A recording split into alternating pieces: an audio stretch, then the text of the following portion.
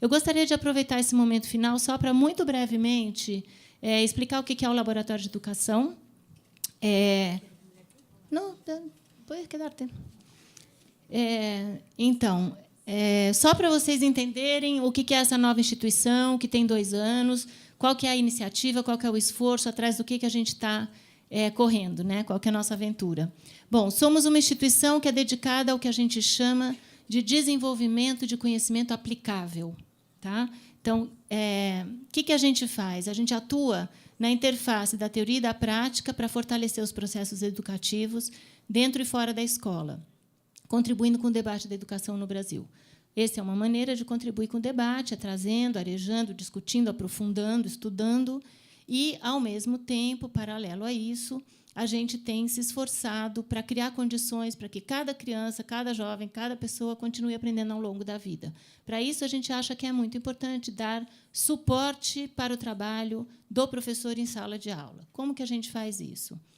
A gente desenvolve ferramentas e tecnologias pedagógicas fundamentadas em pesquisa, e é importante frisar isso, desinteressadas comercialmente. O fato de ser uma ONG, não temos nada contra o mundo comercial, acho que é uma somatória de esforços, mas é importante que a gente tenha no cenário da educação a diversidade e também iniciativas que elas são desinteressadas comercialmente, que elas querem trazer para o cenário e criar uma certa regulação na medida em que você tem atuações que estão realmente conectadas com a necessidade pública e com a pesquisa, traduzindo materiais que podem favorecer esse campo de aprendizagem. Subsidiamos a prática de todos aqueles que interagem com crianças no dia a dia para que sejam capazes de promover situações de aprendizagem produtivas, tanto em espaços educacionais formais quanto informais.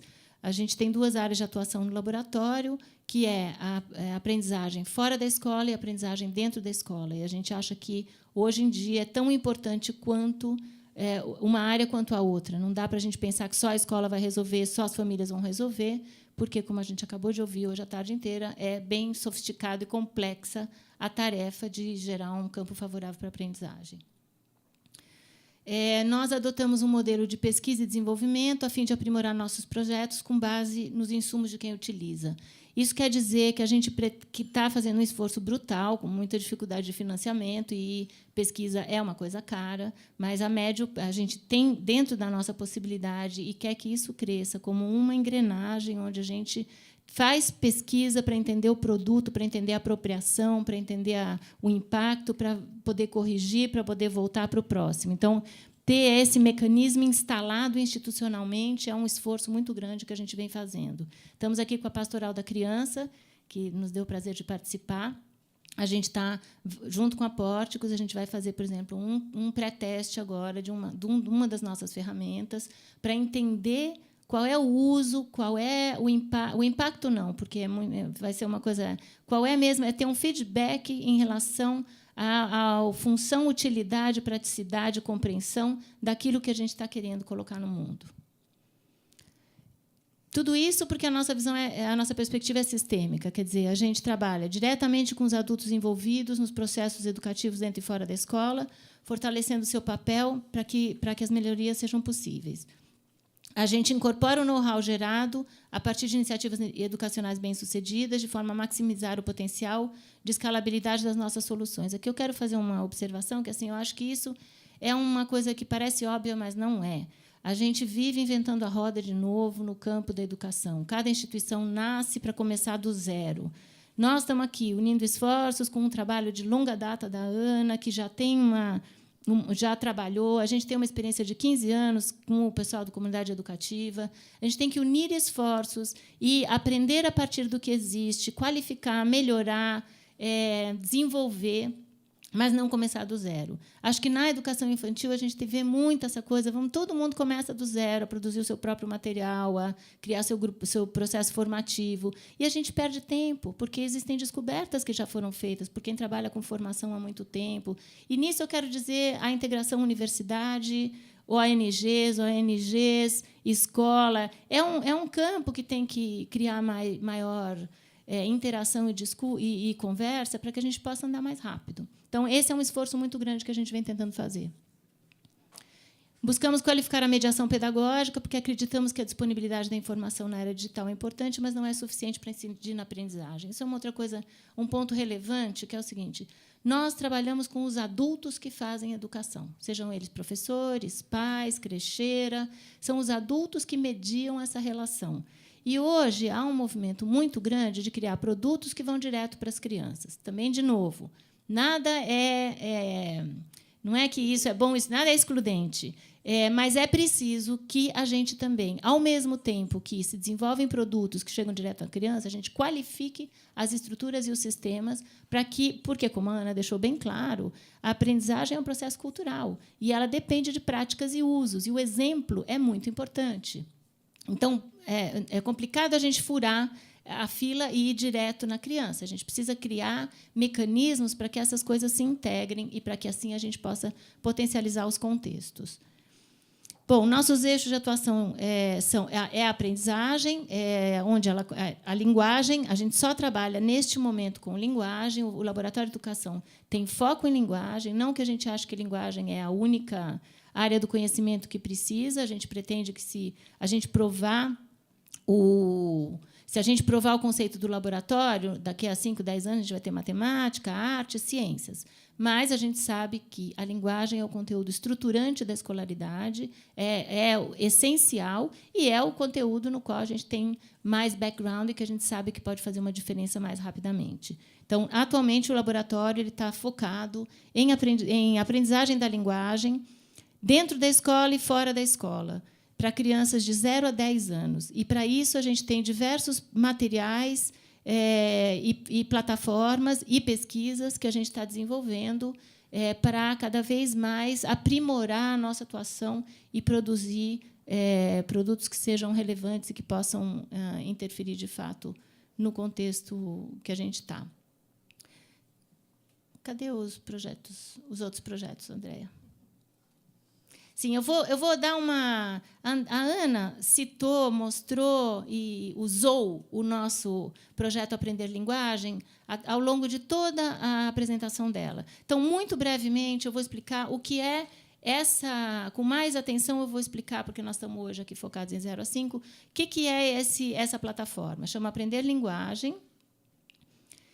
O que a gente pretende? Potencializar os processos de aprendizagem da linguagem por crianças entre 0 e 5 anos de idade.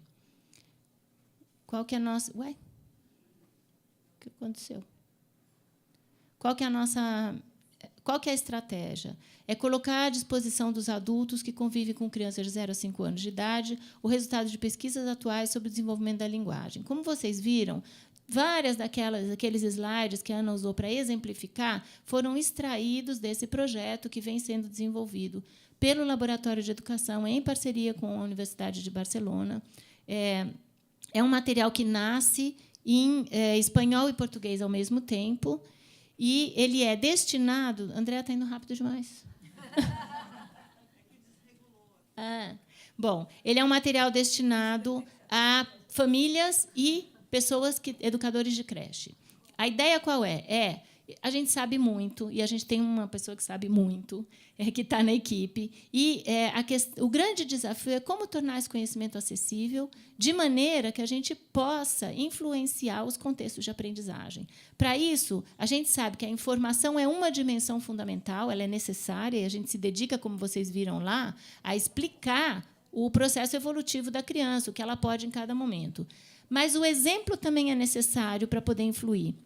Então, ao mesmo tempo que a gente explica, torna acessível o que se sabe hoje através das pesquisas, a gente apresenta esse conhecimento encarnado em práticas cotidianas reais. Na hora que você está dando comida, está dando banho, está conversando, está brincando, está no parque. Então, o grande objetivo é fazer essas coisas todas integradas e trazendo o ponto de vista do desenvolvimento e aquisição da linguagem, via linguística, da psicologia cognitiva e da educação. A gente já está integrando as áreas de conhecimento também na hora de apresentar. A gente, como a Ana mostrou, a gente criou 4 personagens que representam as crianças de diferentes faixas etárias. Exemplificamos como o processo de desenvolvimento da linguagem ocorre em situações cotidianas. Então, nós temos 4 personagens, de 0 a 18 meses, de 18 meses a 3 anos, de 3 a 4, de 4 a 5. Nós já formulamos, quanto, Ana? 1.400 perguntas?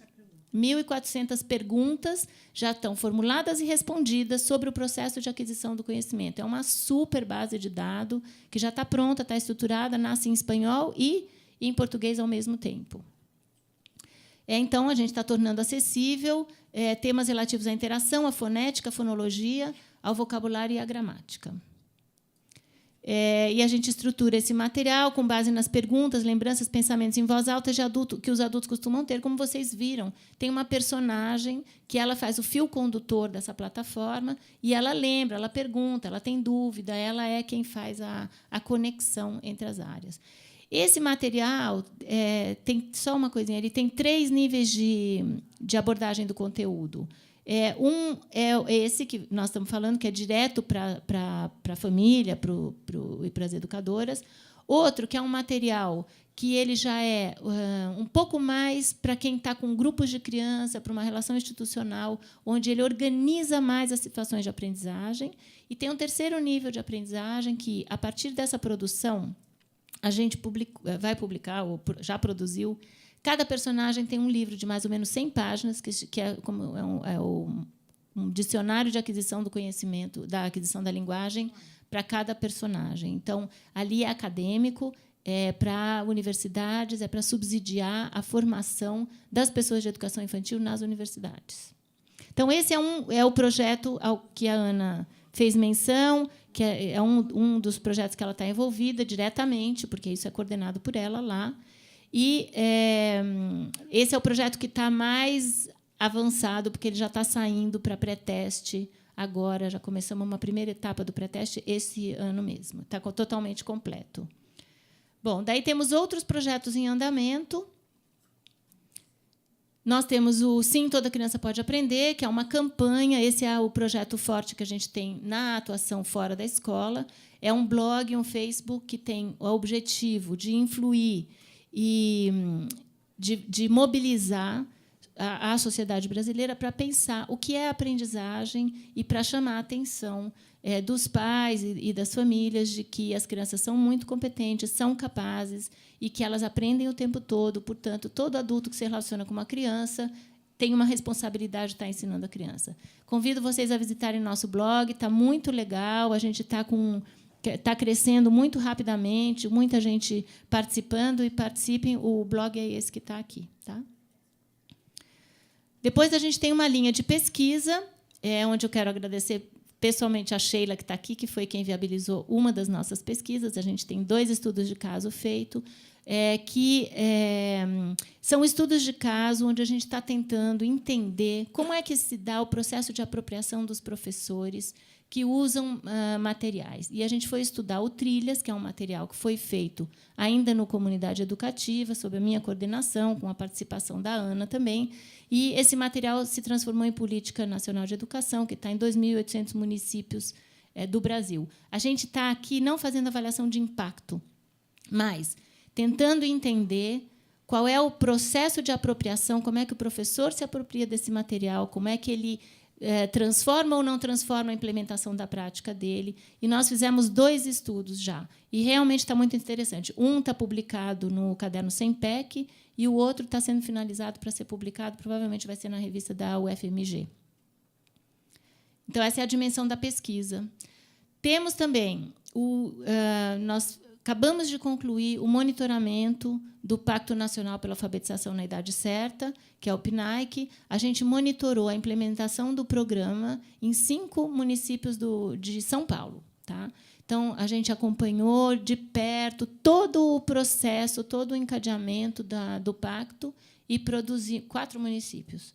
E produzimos um relatório, isso foi em parceria com a Unesco e com o MEC. Então, esse material está pronto também. Agora, a gente acabou de enviar ele para a Unesco, para a gente ver como é que ele vai ser. Não sabemos se vai virar uma publicação ou não.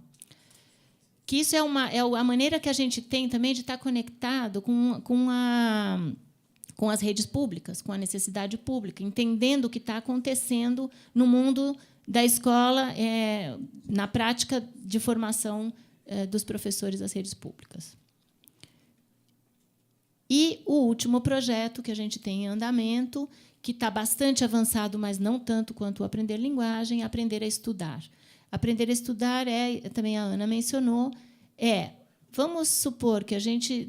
Vocês perceberam que tem uma linha longitudinal, é de 0 a 5 Aprender Linguagem, depois a gente tem de 6 a 8, o Trilhas está no mundo, fomos nós que fizemos, é uma contribuição para a alfabetização, estamos estudando o impacto, estamos estudando o pacto, mas suponha que todo esse movimento nacional pró-alfabetização dá super certo. Qual é o próximo problema que a gente vai ter que enfrentar? Então, a gente já está antecipando e começando a enfrentar. É suficiente ser bem alfabetizado? Não. Qual é o próximo passo? É como faz para que essas crianças aprendam a estudar. Então, nós estamos desenvolvendo uma plataforma que é para professores. Aí, a gente já está integrando... como nosso fio condutor, nosso eixo é a linguagem, a gente... O texto, aprender a estudar, depende de dominar, conhecer e entender o que é um texto informativo. Então, é uma ferramenta para ajudar os professores a entenderem o que é um texto informativo e aprenderem a como trabalhar com as crianças em sala de aula, criando contextos que, de fato, permitam que essa criança entre dentro desse texto informativo e entenda como é que ele se estrutura. Então, isso é o repertório de trabalho da gente, e, aos poucos, a gente vai dando cada vez mais notícias sobre isso. E nós temos esses projetos. A gente pretende que, dentro dessas áreas, a gente está na luta para financiamento. Isso é uma dificuldade hoje no Brasil, não é fácil, mas a nossa ideia não é inventar novos projetos. A nossa ideia é, dentro dessa linha evolutiva, aprofundar, melhorar e fazer com que esses projetos sejam cada vez mais ajustados à necessidade e úteis para transformar o cenário educacional. E tem um projeto que eu esqueci, que também começamos a fazer agora com a ajuda da Pórticos, que também está aqui presente, que é os livros digitais. A gente também está nessa faixa de 5 a 8 anos, a gente está tentando entender o que é, de fato, que o espaço digital oferece em termos de novas condições para que a gente possa dar um passo em relação à leitura das crianças e usando isso como um espaço cognitivo, usando as diferentes modalidades que ele permite. Então, esse é um outro projeto que também a gente está já com ele em andamento. Então, é isso. Quero agradecer muito a presença, agradecer muito a Ana, e espero que a gente faça muitos outros encontros desse tipo para continuar aprofundando. Obrigada a presença de todos.